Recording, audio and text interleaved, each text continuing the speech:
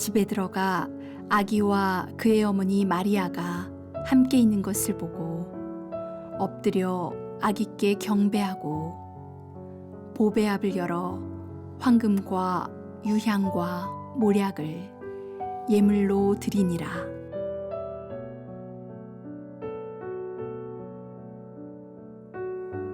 오늘 본문에는 아기 예수님께 경배하지 않은 사람들과 아기 예수님께 경배한 사람들이 등장합니다.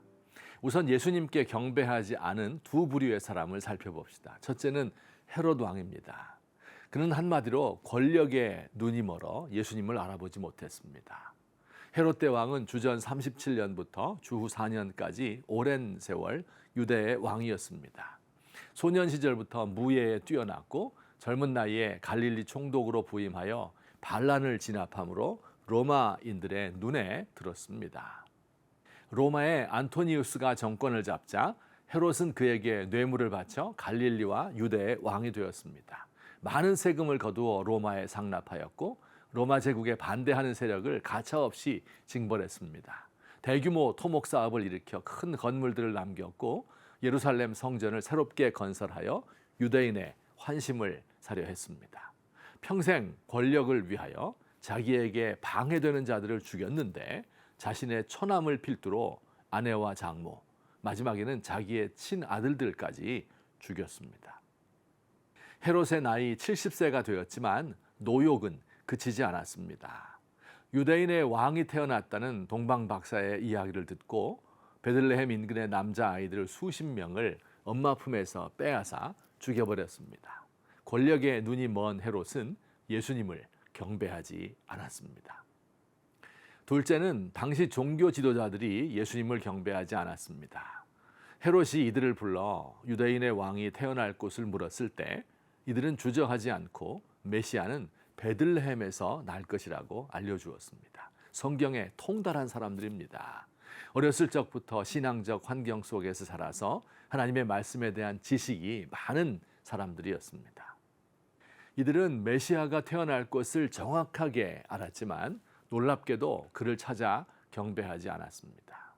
이들은 헤롯 왕에게 메시아가 베들레헴에서 태어난다는 것을 알려주었는데 만일 정말로 이 사실을 믿었다면 이들도 달려가서 경배해야 했을 것입니다. 어쩌면 이들은 헤롯보다 더 불쌍한 사람들입니다. 자기들이 가지고 있는 그 말씀이 어떤 파괴력을 가지고 있는지를 모르는 것입니다. 교회를 하나의 종교 제도로 생각하고 교회에서의 직분을 자신의 사회적 신분으로 생각하는 사람, 예수님을 경배하지 않습니다.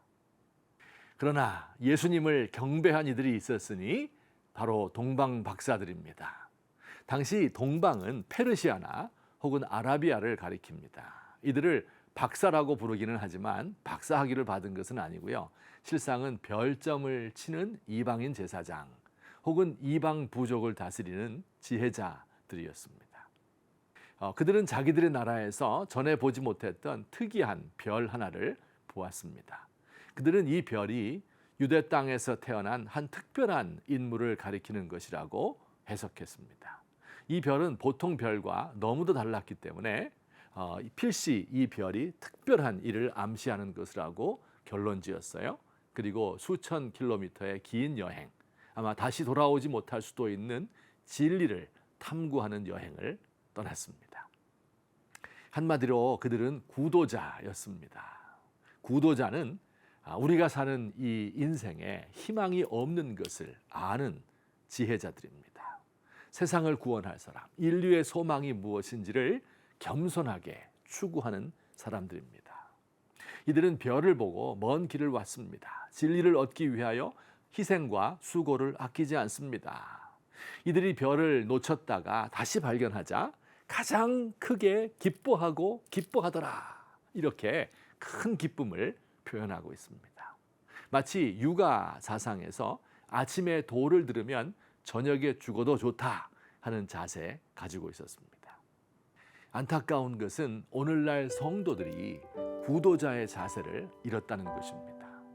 우리의 삶을 진지하게 돌아보고 우리가 사는 세상에 소망이 없음을 알고 겸손하게 해답을 구하는 구도자의 자세 말입니다. 여러분, 아무리 좋은 대답이 있어도 질문을 하지 않는 사람에게는 그 대답은 무의미합니다. 세상을 구원할 복음이 매주일 선포되지만 세상에 대한 절망을 경험하지 못한 사람들에게는 다가오지 않을 것입니다.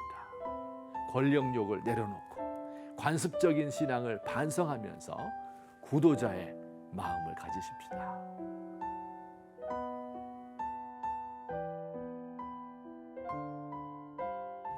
오늘도 진리를 구합니다. 세상에서 상처받고 세상에서 주는 희망이 무의미함을 깨닫습니다. 제가 가진 지식과 경험으로는 저를 구원할 수 없고 이 세상의 질곡에서 해방될 수 없습니다. 어린아이로 태어나신 주님께 겸손히 무릎을 꿇습니다. 제가 어떻게 하여야 구원을 얻을 수 있겠습니까?